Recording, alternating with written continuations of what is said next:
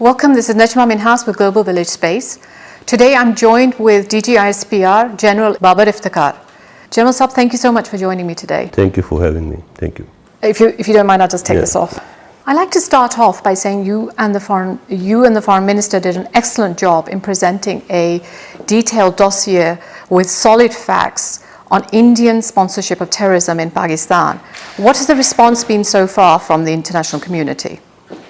Well, let me start from the 5th of August 2019. Whatever actions the Indian government took, the revocation of Article 370, the special status of Indian occupied Jammu and Kashmir. Ever since then, India has received a lot of negative press, and the issue has been very well supported by the Pakistan government, the way it has been taken up on different international forums. This was an ongoing thing. They were already receiving a lot of flack on this thing. But when this dossier came out, this was frankly a vindication of what Pakistan had been saying for so long. It gave all the proofs, evidence of Indian government, India as a state sponsoring terrorism inside Pakistan. And it has been taken very seriously by the international community. The world has taken note of it. The world is talking about it. And despite India's best efforts, there's been a lot of objective analysis of what's being said. I think the objectivity of the debate around this dossier, the contents of this dossier at the international level is a major plus, and we are going to take it forward from here. What are your next steps? Well, after the presentation of the dossier, the Foreign Office presented it to the P5. It has been presented to the United Nations Secretary General. And then now you've seen the latest statement from the OIC forum. The Foreign Minister attended that, and it's been a very, very strongly worded statement by the OIC about what's happening in Indian occupied Jammu and Kashmir. Here on, we are going to take it to every possible forum, and a lot of effort is being put into this. And it's not just a one-off thing. There has been a series of actions that has been taken after that. So one of the things I found most shocking in this dossier was the anti-CPEC cell, which is directly reporting to the Prime Minister Narendra Modi. Yes. It was given an initial outlay, according to the report, of $500 million, and has raised over 700 militiamen to disrupt the CPEC corridor. Now, what is the nature of the threat that you're facing here, and how will you ensure the security of the corridor? Well, Indians see CPEC as a game changer for the region, and it is a game changer for the region. It's offering connectivity to the whole region, and with that, Pakistan becomes a connectivity hub for this whole region, and I think this is a game changer in the sense that this project has the ability, the potential to bring prosperity to this whole region by connecting everyone. It's not just a north-south thing. So and for Pakistan, it's basically an economic project. And that's what the project's name also says, China-Pakistan Economic Corridor. So the kind of threat that it is facing from the Indians is obviously they've started with the security threats that we are facing.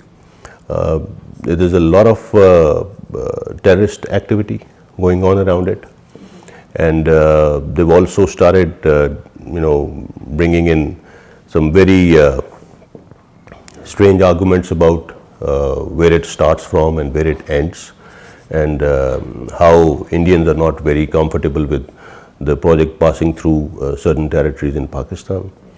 So the security threat around the project and different stages of the project, it has actually been increasing with the passage of time. Somewhere Indians decided that there is a timeline beyond which this project becomes irreversible.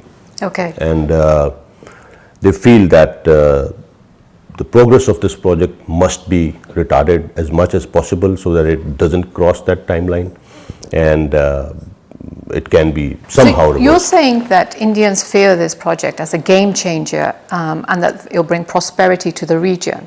So I can clearly understand this. Are you saying that Indians are against the prosperity of the region? Is that why they're destroying CPEC? Because if they're not willing to let this project progress, then that's what they're trying to do over here. The dossier also mentions that there are terrorist camps in Afghanistan. Have you had conversations with the Afghan leadership over this? We keep having these conversations with the Afghan leadership. There's a proper mechanism about it, and frankly, we've always acknowledged that the Afghan government has capacity issues, because of that, we've never really blamed the Afghan government for what's happening from the Afghan soil. So we keep sharing this information with them, and it's a regular thing. And similarly, the kind of information that we've revealed in this dossier, that has also been shared at the appropriate levels.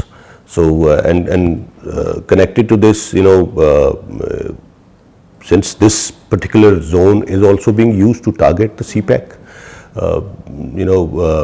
what we have done to keep this project secure, we've raised 2 divisions for the security of this project. And other than that, we have about 8 to 9 regular regiments also protecting this, the corridor, the project at various locations from wherever it is passing through. And in addition to that, there are paramilitary troops which are also deployed. So we have taken every possible measure to keep this project secure. And our Chinese partners are also very satisfied with the kind of security measures that we have taken. And what they are really targeting is the international image of Pakistan. Okay. When they try and target CPEC, there have been the terrorists who are being used to target this project are continuously targeting the Chinese manpower involved. They try to do that. They are trying to target the local labor also who are working for this project. So there are a lot of dimensions to the kind of security threat that this project gains. But Alhamdulillah, the kind of measures that we have taken, they've not even been able to retard the progress of this project. They've not been able to dent it, and it's progressing more every day. Okay, I'd like to bring you to the LOC right now. We're seeing high levels of LOC violations by India, also including use of heavy military equipment, which we've never seen happening there before. Diplomats are talking about a new grand design. What are your thoughts? Well, the design here, to put it simply, is to externalize what's happening inside India. Now, I won't go to what's happening on mainland. The whole world knows about that. Well, as far as Indian illegally occupied Jammu and Kashmir is concerned, India has been continuously trying to tag this indigenous freedom struggle with terrorism, and whatever measures they are trying to take over there, the kind of increase in intensity and lethality of the ceasefire violations, as you see nowadays. Well, it all started from 2014, and I think 2019 and 2020, these 2 years I've seen the maximum number of ceasefire violations, and I believe maximum number of casualties also. What they're trying to do here is that, as I said, they're trying to connect this freedom struggle with terrorism, and terrorism they're trying to connect with infiltration, so-called infiltration from Pakistan. We've been taking diplomats, media to the line of control where they've seen it for themselves. There is no way that any kind of infiltration can take place along the line of control, because the kind of counter-infiltration grid that they have, because of the kind of deployment that they have along the line of control. You need to understand, I mean, there are about 9 lakh Indian soldiers inside Indian occupied Jammu and Kashmir, and look at the kind of deployment that they have on the line of control. So the complete Pakistan army is about 6 lakh. So 9 lakh people in Indian occupied Jammu and Kashmir, soldiers. Local political leadership of Indian illegally occupied Jammu and Kashmir have also said that if everything is hunky-dory, why do we have, why is it the most militarized region in the world? Right. So what they're trying to achieve from these ceasefire violations is that they are trying to divert the attention of the world towards Pakistan. And they are trying to claim that whatever is happening inside Indian occupied, illegally occupied Jammu and Kashmir is because of the infiltration, and it's because of the terrorists coming from this side of the border, whereas it's absolutely false. And we've said a number of times, I mean, we have a United Nations observers, military observers group in India and Pakistan. They're always available on Pakistan side. They're going everywhere. They're visiting all the places. The last time I took a group of ambassadors to the line of control, and I informed them that this particular place where they were on that particular day, it was pointed out by none other than the Indian Army's military chief that it's supposed to be a launch pad where maybe 250 odd individuals are waiting to infiltrate inside India. So it's absolutely propaganda, and the only reason that they are doing it is, one, to externalize their internal issues. Second, they want to, I mean, they understand whether they fire on us or whether we fire back, it's the Kashmiris who are being hurt on both sides. So it is also an exercise in trying to draw a wedge between the Pakistani army and the population living along the line of control. Okay, so there's been an increase in violations along the LOC, as we've just discussed, and we're seeing a rise and surge in terrorist activities here in Pakistan as well. You've just recently given this complete dossier on Indian hands in terrorism in Pakistan. Yet, when Nagrota incident happened, the Indian government and the Indian media still played up that Pakistan must be responsible somehow. What is the pattern that you see emerging? Well, the pattern is, we've seen this happening before. We've seen this happening before. It's a regular pattern with India. I mean, there's nothing new emerging here. They are always looking for some kind of an excuse, right, to raise the temperatures. False flag operations are a norm with them, and they keep doing that all the time. And usually when they... Are you suggesting the Nagrota incident was a false flag incident? What is there? What have they found out? Have they shared anything with the rest of the world? No. I mean, this is what I'm trying to say. If whatever is happening inside Indian illegally occupied Jammu and Kashmir, they are, frankly, I think they're in a state of denial. And that is causing them the kind of trouble that there is. It is an indigenous freedom struggle. It is totally indigenous. It's not possible to sustain a freedom struggle for more than 70 years. It's not humanly possible for that to happen. And that is exactly what is happening. So Pakistan, on the other side, I mean, when the present government came in, Your Prime Minister offered one step forward, he's on record 2 steps forwards. Yeah. of having said that you move one step and I'll take two. So we've always been trying to, normalize. We need to normalize the situation over here in the region, and everybody understands what is the potential of India and Pakistan.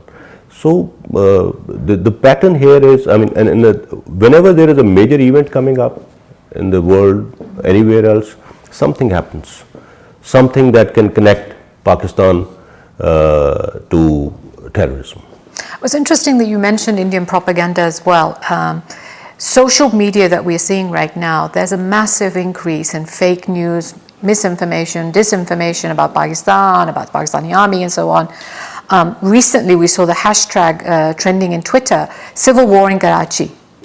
Now you're the head of Pakistan Army's Information Services Wing. How do you intend to counter this? Can you do anything to counter this? Well, it's a major challenge, especially what's happening on the social media.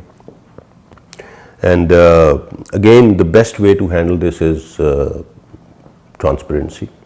The best way to handle this is not leaving any information voids. The best way to handle this is passing on credible information. And that's exactly what we are trying to do here. And again, even on social media, when we try and dig out where is it coming from, most of the accounts are Indian accounts. Only recently they've been, I think they've unearthed a major effort by the Indians in the form of EU Disinformation Lab, and the way they've been trying to prop up different issues across the world. So unfortunately, it's a major onslaught, and it's a major part of the 5th generation warfare. In case of Pakistan, I think Pakistan is being subjected to this 5th generation warfare and hybrid applications in a massive way, and we are aware of that. Can you give any incidences? Can you share anything? About on the 5th generation, some instances maybe that just you've look at this, when we talk of 5th generation warfare, my understanding is that you use all elements of national power within a particular state to concentrate on maybe 2 or 3 major spheres.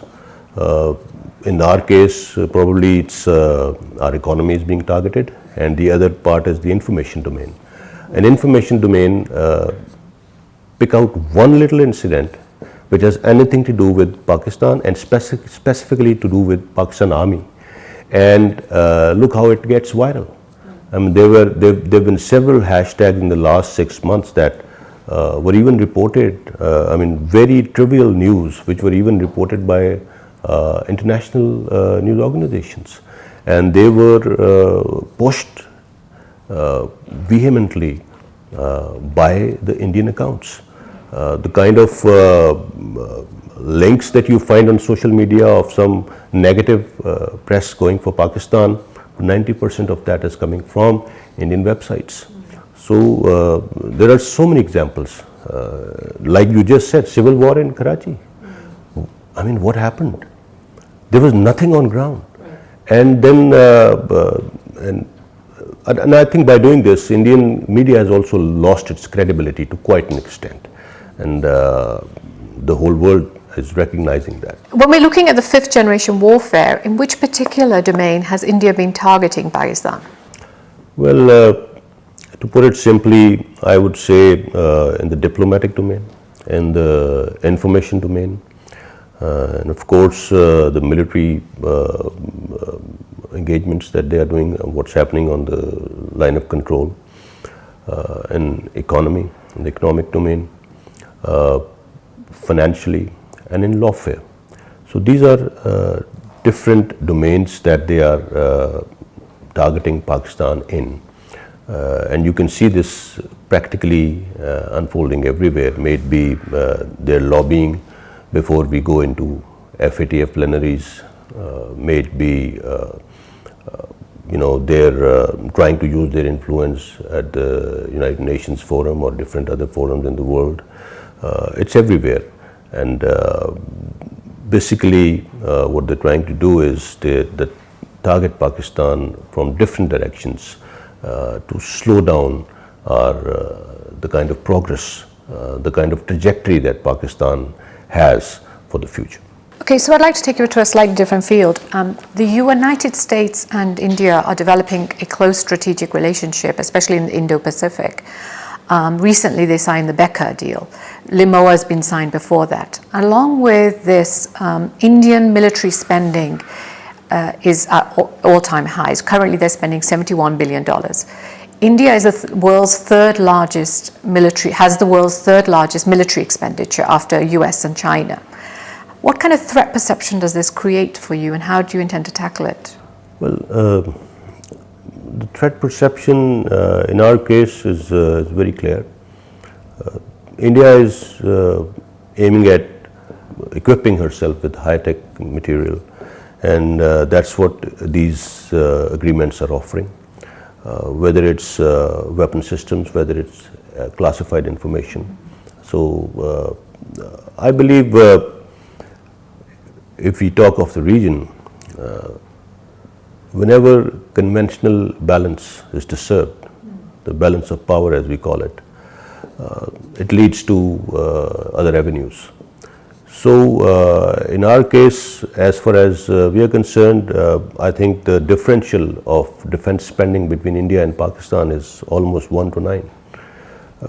But we are absolutely prepared for what we have in front of us, and we are aware of what they are acquiring, and what we want to, what we keep telling the international community and our friends in the rest of the world is that international community has to understand that any major disturbance in the balance of power in South Asia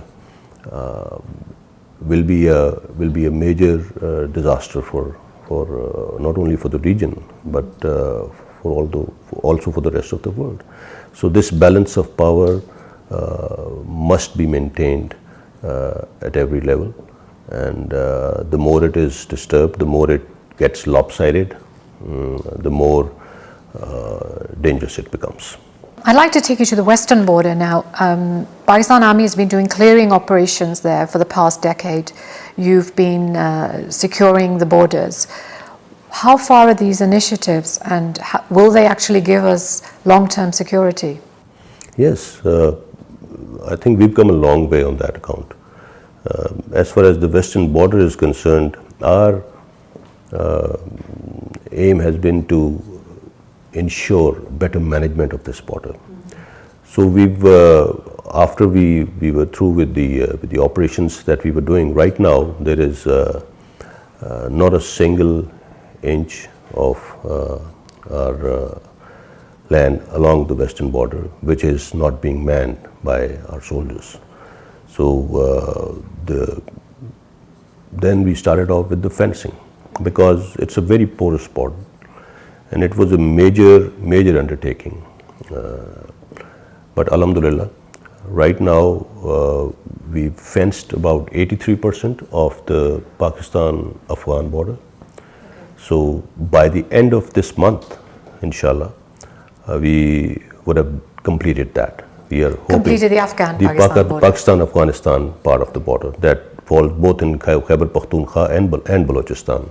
Are you going to be going down towards Iran? Have you Yes, as far as Pakistan-Iran border is concerned, 30% of it has been fenced so far, and I believe by December 2021 we will complete that also. Now there are just a few places in between which are snow-clad most of the time, so and the terrain over there is it's really difficult. Now those areas will be manned in another way, but we are trying to fence 100% of our west. And is this going to give us the security that we're looking for? Absolutely. We are going to. It's going to give us security. It's going to stop the smuggling of goods and narcotics, and it's a major dividend. It's a major dividend that we're going to get out of this thing. Then the border terminals that we are making over there, 2 of the border terminals will be absolutely international standard in Chaman and Torkham. Right now, 5 are functioning. So the passage on both sides, it's going to be absolutely regularized, formalized, and this is going to be a major breakthrough for us after we've fenced the whole border. It's already paying the dividends. It's already showing. Have you done any calculations as to maybe how much terrorism has been reduced by because of the fact that you've boarded this fence? I think I won't go into the percentage of it, but the number of incidents has decreased massively. The number of casualties have decreased. Yes, of late we've seen some surge in some activities along the border regions, but it has other connections, as I revealed in the dossier that we gave. There's been a massive effort by the Indian side to kind of create some kind of disturbance inside Pakistan, especially in the border regions. Again, they're also trying to target the fencing over here. The way we are trying to fence the border. We keep sharing whatever little incidents happen along the border, Pak-Afghan border, in our frequent press releases. So it's been, I think it's brought down the incidents to a major extent. And one thing that I would like to add about border management, and it actually shows how important it is for the present civil military leadership of Pakistan. A new border management division has been recently raised. It was announced by the Prime Minister. It will be functioning under the Ministry of Interior, and it will be centrally articulating and managing all the points of entry, whether from sea, airports, or the land borders. Okay. It will be articulating and managing all these points of entry centrally with different agencies working under it. So the point of reiterating this is that border management is key to securing Pakistan, better border management, and that is exactly what we are going for. So what do you see as the future of Afghan peace process and Pakistan's role in this? As far as Pakistan's role in Afghan peace process is concerned, it's that of a facilitator. Pakistan has done everything that it can to facilitate the peace process. Well, its future, we're very optimistic about that. As far as what happens next has to be decided by the Afghans, nobody else but the Afghans, and that's what our endeavor is. We have tried to facilitate this to every extent that we could, and everybody has acknowledged that. The Afghan government, the US government, they've all acknowledged that Pakistan has played the most positive role in trying to bring them on the table, trying to facilitate the talks, and to take this peace process to a logical conclusion. So that's our role in it, and that's what we'll continue doing. So military to military engagement exists in every country. It's an important part of diplomacy, defense diplomacy. It helps to build regional partnerships and bilateral relationships and so on. How extensively have you used this and your current leadership? Have you extensively been using this part of diplomacy? Yes, I think the Chief of Army Staff, General Bajwa's vision as far as the military diplomacy goes is, and it has been, we need peace within and we need peace around us. And Pakistan's military leadership has reached out to the military leadership of countries in the region and beyond. And it has really been received very positively, and we've had number of advantages from this thing. Our military engagements with the Chinese, our military engagements with the Gulf region, our military engagements with the United States, Russia. it's all been, I think we've gone to, we've explored new venues on this account, and it has really helped bring Pakistan's international image to a new level. So the outreach, as whether it's for training, whether it's for different other exchanges at the strategic level, and whether it's for defense equipment, buying and selling, I think it's in all the avenues. It's been very positively received, and it's brought us a lot of dividends on that account. Okay, so I'd like to ask you, my final question is, Pakistan's now going through the second wave of corona. We've seen a very strong institution, NCOC, being created during this period, which has done a fantastic job, been applauded all throughout the world on how it's managed this in Pakistan.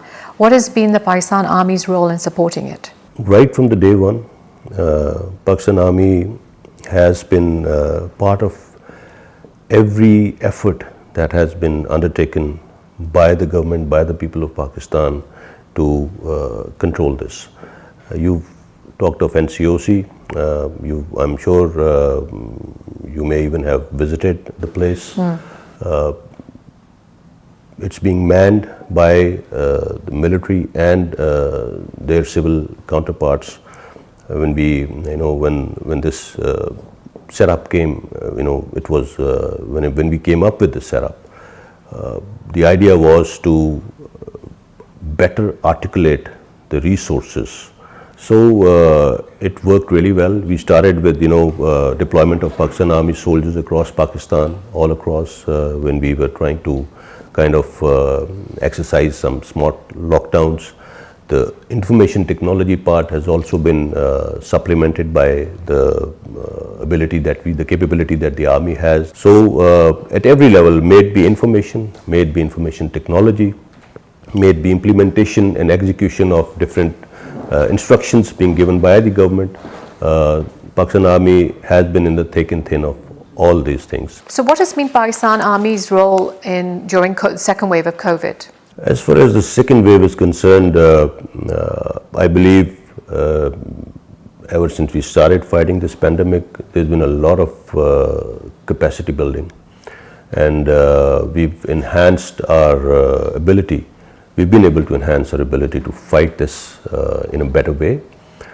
So the second wave, as it has come in, we should be tackling it well, and as we go through it, I must acknowledge the role of the frontline workers who have fought through this and who are again on the front lines.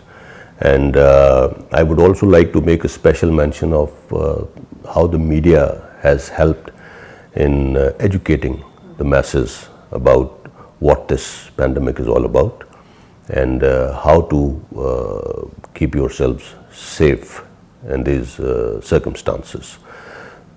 I think ISPR, being the information arm of the NCOC, I think what we've seen media, the way they've contributed, I believe the kind of campaigns that we've been able to run on different channels during this pandemic, it goes in billions of rupees, and it's been free of cost. So it's been a very, very positive role. But I would also like to emphasize here that we need to be extremely careful in this second wave, and we need to help each other, and we need to be more careful than we were before, and only then we will be able to come out of it intact, inshallah. General Iftikhar, thank you so much for your time today. Thank you very much. Thank you.